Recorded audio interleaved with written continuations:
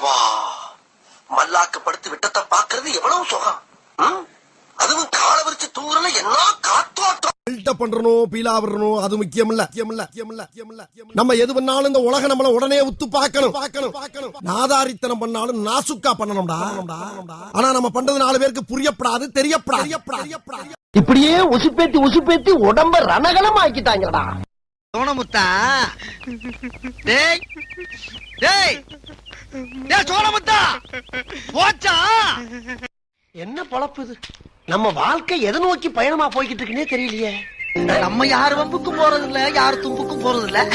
நம்ம உண்டு, நம்ம சோழி உண்டுன்னு போயிடுறது.